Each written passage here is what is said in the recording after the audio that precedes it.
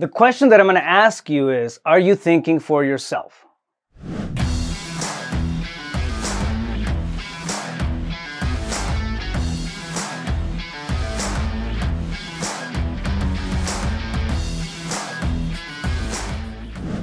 Hey, what's up? Rafael Cortez back on the Entrepreneur Mindset series. Are you thinking for yourself? For the longest time, that was a question that I hadn't even contemplated. I was just kind of going with the flow. I was building a business at the time when I first experienced this. And I really wasn't. And it may sound crazy, especially as an entrepreneur, as a business owner, and then you have team, you have staff, you have responsibilities, and you have all kinds of stuff happening around you. And in reality, you're not thinking for yourself. You're not having any original thoughts coming up. What does that look like? What does that look like in terms of the culture that you're building with your company? What does that look like in terms of the value that you're giving out to your team and to your clients, to anybody who you're impacting in your business? When you're not thinking for yourself. So believe it or not, this went on for years, and it's almost scary, to a point. To understand or to realize that you can fall into that hamster wheel of not thinking for yourself and going with the flow on things. For me, this is how the whole thing kind of unraveled, right? So I bootstrapped the business and I started getting, traction in the business, adding responsibilities to my bucket, right? So now I had tasks to do. And I started with a vision. I started with this big idea of the stuff that I wanted to accomplish, the things that I wanted to do in the company, where I wanted to get, and then where I wanted to take the team and whatnot. So I had all kinds of stuff going on in my head. After I started taking action, I got some results in. So I got a degree of results through the door, right? And then this, it felt really, really good. For that period of time, because I come from no results to then having some results. That's a big plus, right? But here's the thing about that. Having a little bit of results or scratching the surface of success can put you in a weird spot. For me, it completely changed my attitude.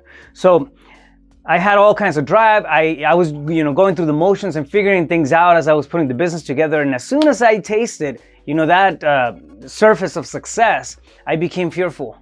And that went on for years. So instead of having, the tenacity to take risks and then move to the next level and do the next best thing that I could do with my business, I kept it safe.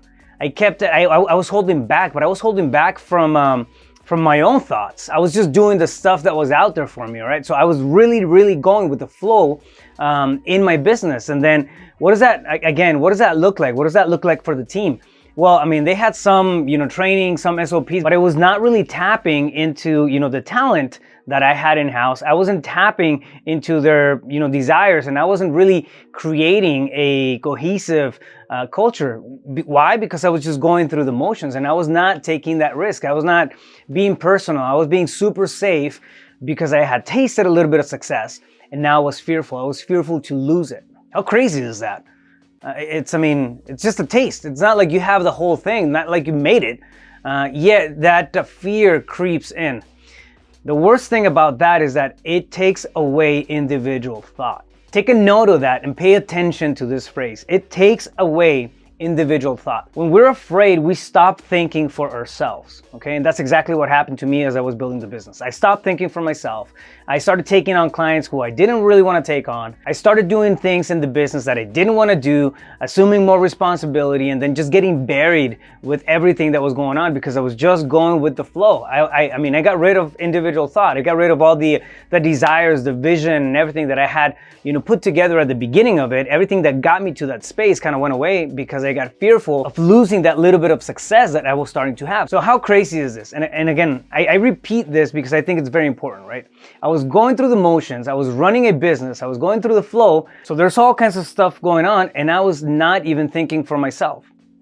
Right now I sit back and I think about that and it's crazy, right? I went years like that, not thinking for myself.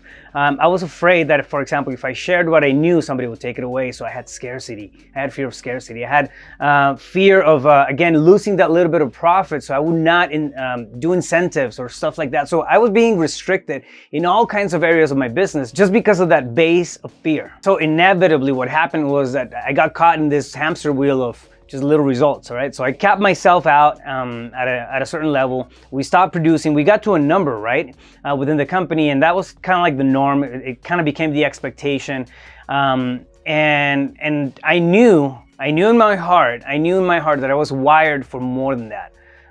That I could put a lot more than that out for my people, for my clients, and I could, do a lot better than that. Yet I was fearful. I was not taking action. I was not doing any of that stuff because I was just adopting all these fears left and right. And that was taking away the creativity. It was taking away the desire to take action. And it absolutely 100% put me on survival mode for the longest time, all right? No individual thoughts.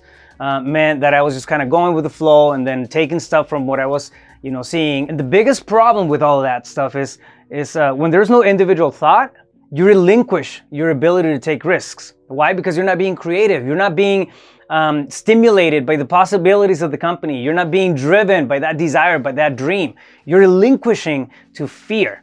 And that's exactly what I did for years. It absolutely set me back. I got burned out. And I went on a mission to kind of, chase the dollar as opposed to a life of joy, life by design, which at the end of the day, that's what we're looking for as entrepreneurs, all right? We're looking for time, we're looking for wealth, we're looking to own our options. That's what it means to me, right? None of that mattered at that point because I was being fearful. I was fearful of sharing again the information that I had, the stuff that I put together. I was fearful of growing the team because the payroll was going to increase. I was fearful of taking risks and increasing the fleet size. I was fearful of making new connections and because they were going to steal everything that I knew. I was even fearful of personal growth because it meant I had to pay for a course or a seminar or something. I was limited on funds because I had a little bit of success. So what it really came down to was me realizing that my whole stagnation during that time, my whole lack of growth, lack of vision, lack of drive, was based on fear. And I want you to ask yourself, okay? I want you to ask yourself and be honest with yourself. Are you being held back because you're afraid? Is there something that's keeping you from taking that action, taking that next step, from growing and becoming that entrepreneur that you want to be? And if so, what is it? Discover what's really holding you back. 99% of the time, here's the crazy thing, 99% of the time, it's gonna be irrational fears. It's gotta be fears that are related to things like social rejection, right? Fear of the unknown. Just because you don't know the process or don't understand the path clearly, that's holding you back. Fear of failure, right? What if I'm not good enough? What if I'm not good enough to make this thing work? What if I take all these actions and people see me taking actions and then I fail and then I have a combination of social rejection along with failure and it's scary and I don't have the results that I want and I don't know how to do it and I don't know how to push for it. I don't have the drive. A lot of that comes down to a sense of worth as well. I mean, that was totally in the mix. So at the end of the day, you can create this big storm of irrational fears. The worst one is fear of success. What if you actually really do make it? What does that look like? Do the responsibilities increase? Are you gonna take on more stuff? Can you handle employees? Can you handle the responsibility of other families? Like that's fear of success. That's even worse, right? Because success is stopping you. So just sit with yourself, ask yourself the question, is fear holding me back? And if it is, do a self-analysis of the actions that you're taking on a day-to-day basis. Is it everything that you could be doing to get your life to that next level? Is it? Are you thinking your own thoughts or are you just going with the flow because of stuff that's generating fear within you?